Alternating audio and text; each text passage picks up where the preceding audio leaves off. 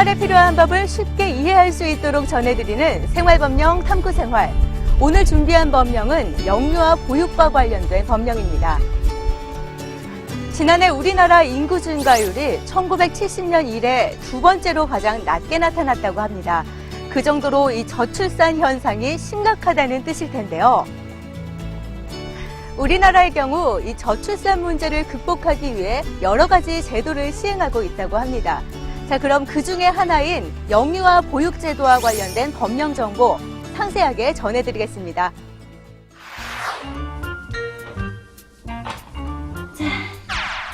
맛있겠다.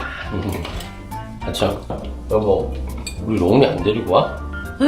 우리 엄마가 로운이 너무 예뻐하시잖아. 그래가지고 한 며칠 더 데리고 계신다고. 하긴 요즘 내일도 정신이 없고. 참, 오늘 형님이랑 통화했는데 태성이 다음 주부터 유치원 보낸대. 그래? 태성이가 우리 로운이보다 한 살 많지. 에이, 그럼 좀 일찍 보내는 거네. 5살이 일찍은 무슨. 근데 시골에 사니까 좋긴 하더라. 태성이 농업 자녀 혜택인가 뭔가 해가지고 유치원비 지원받는다고 하더라고. 그럼 우리도 시골 가서 살까? 이는 말을 해도 난 절대로 시골 가서 못 사네요. 올해부터 우리 로운이 유치원 한번 보내볼까? 벌써? 4살밖에 안 된 애를 유치원 보내갖고 애가 어떻게 적응을 하냐? 말이 되는 소리를 해라. 요즘 3살짜리도 유치원 많이 다녀. 빠른 거 아니라고. 우리 로운이는 유치원비 혜택 같은 거 못 받나? 내야 될 돈은 많은데 유치원비라도 나라에서 줬으면 좋겠다. 그게 아마 애가 둘인가 셋인가부터 지원되는 걸로 알고 있는데? 그렇다고 갑자기 로운이 동생을 둘씩이나 낳을 순 없잖아. 시골에 살면 유치원비 주고 서울에 살면 안 주고? 아무튼 난 내일부터 로운이 다니 유치원 한번 알아봐야겠어. 쓸데없는 소리 하지 말고 밥이나 먹어. 어?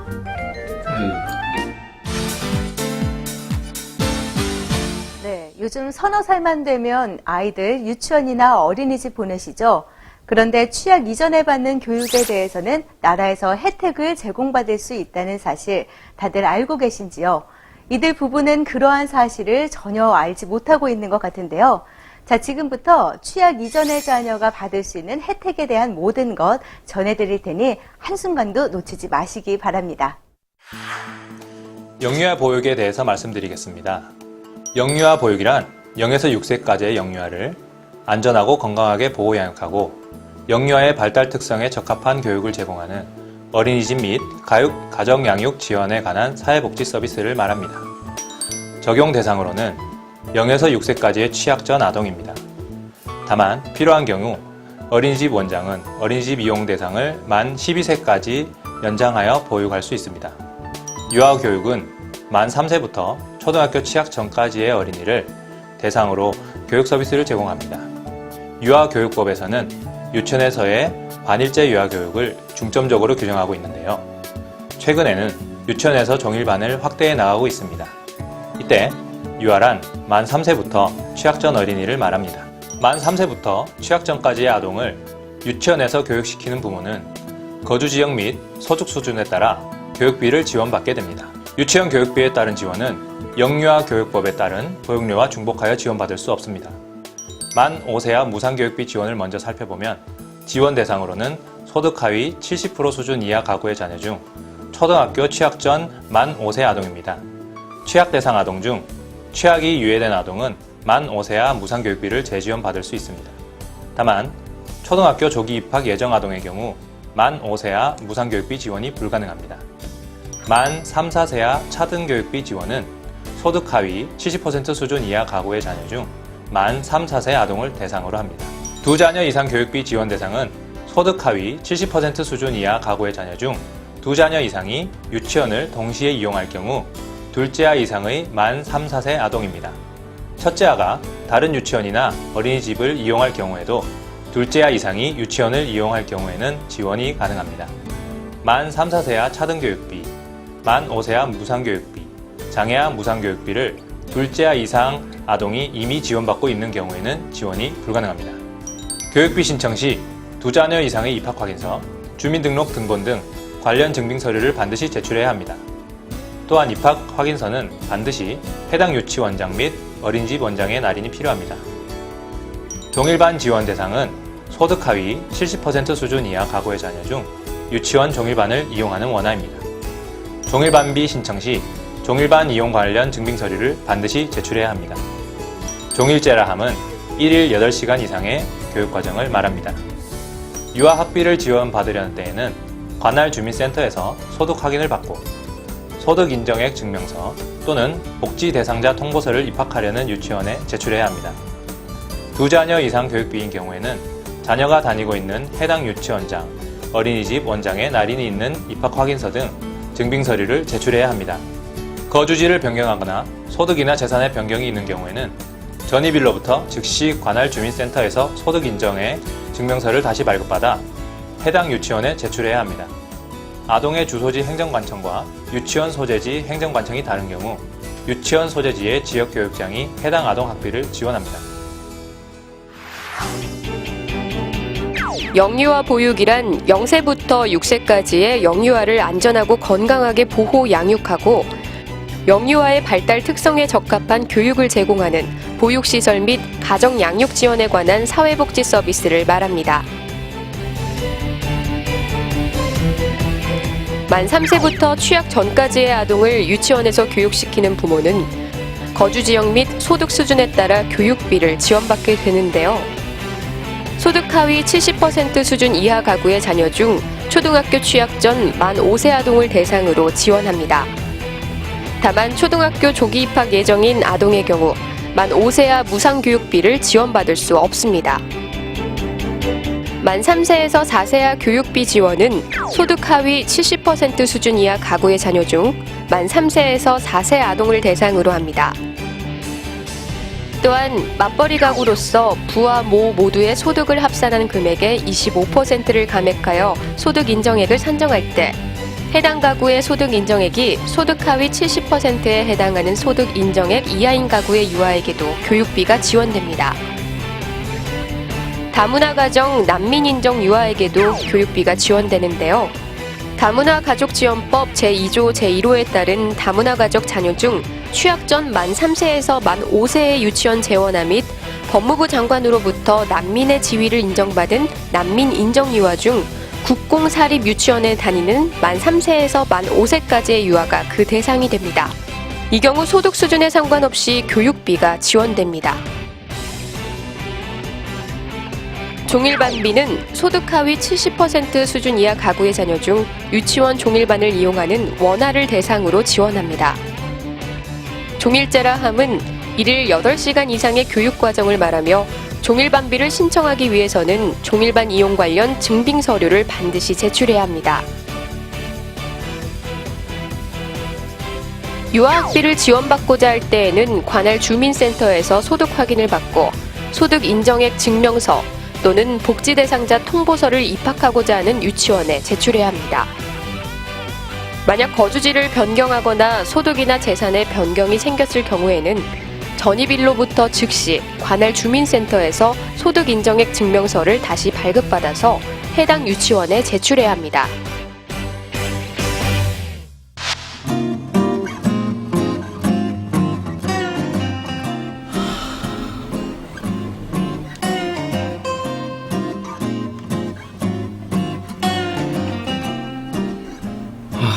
이거 팀장한테 말하면 또 짜증날 텐데.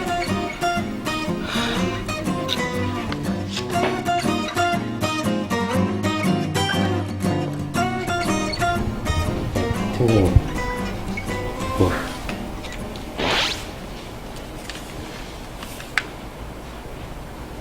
이게 뭐예요? 다음 주부터 육아휴직 좀 신청하려고요. 육아휴직이요? 아니, 집에 무슨 일 있어요? 일단 좀 앉아요.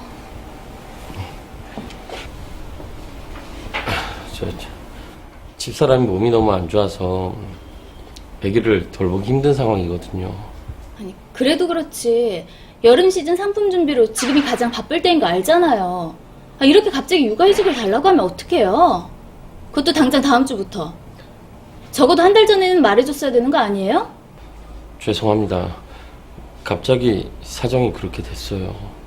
얼마나 휴직할 건데요? 저 6개월 정도. 6개월이요? 남자도 육아휴직 신청할 수 있는 건 알았는데 3개월 정도라고 알고 있었는데 아닌가? 아무튼 김 대리님, 6개월은 너무 길어요. 김 대리님도 사정이 있어서 그렇다는 거 알고 있지만 회사의 타격도 크고 그렇게 되면 우리는 다른 사람을 구할 수밖에 없어요. 네? 팀장님, 제가 회사에 누를 끼치는 건 죄송하지만 엄연히 육아휴직이란 제도도 있고 또 다른 사람을 구한다고 말씀하시는 건 알았어요. 아무튼 한번 고려해볼게요. 가봐요. 네.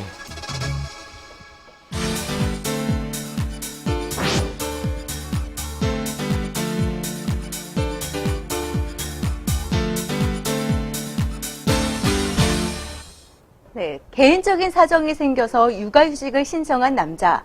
그런데 회사 측에서는 이 육아휴직을 할 경우에 다른 사람을 채용할 수도 있다고 하는데요.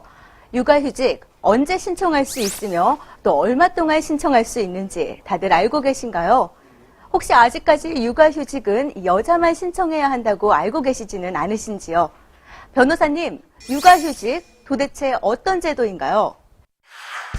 육아휴직 제도는 근로자가 피고용자의 신분을 유지하면서 일정 기간 자녀의 양육을 위해 휴직을 할 수 있도록 하는 제도입니다. 육아 부담으로 인한 숙련 인력의 손실을 막을 수 있을 뿐만 아니라 육아휴직 시 대체 인력 수요를 발생시켜 신규 고용 창출에도 기여하고 있습니다. 사업주는 근로자가 만 6세 이하의 초등학교 취학 전 자녀를 양육하기 위해 휴직을 신청하는 경우에 이를 허용해야 합니다. 2008년 1월 1일 이후에 입양한 자녀에 대해서도 육아휴직 신청을 할 수 있습니다. 2007년 12월 31일 이전에 태어난 영아에 대해서는 만 1세가 되기 전까지 육아휴직을 신청할 수 있기 때문에 지금은 신청기간이 지났습니다. 육아휴직을 신청하려는 근로자는 휴직 개시 예정일의 30일 전까지 육아휴직 대상인 영유아의 성명, 생년월일, 휴직 개시 예정일, 육아휴직을 종료하려는 날, 육아휴직 신청 연월일, 신청인 등에 대한 사항을 신청서에 적어 사업주에게 제출해야 합니다. 출산 예정일 이전에 자녀가 출생한 경우 배우자의 사망, 부상, 질병 또는 신체적 정신적 장애나 배우자와의 이혼 등으로 해당 영유아를 양육하기 곤란한 경우에는 휴직 개시 예정일 7일 전까지 육아휴직을 신청할 수 있습니다. 육아휴직 기간은 1년 이내로 하여 근속기간에 포함됩니다. 사업주는 육아휴직을 이유로 근로자를 해고하거나 그 밖의 불리한 처우를 해서는 안 되며 육아휴직 기간에는 그 근로자를 해고하지 못합니다. 다만 사업을 계속할 수 없는 경우에는 그렇지 않습니다. 사업주는 육아휴직을 마친 후에는 휴직 전과 같은 업무 또는 같은 수준의 임금을 지급하는 직무에 복귀시켜야 합니다.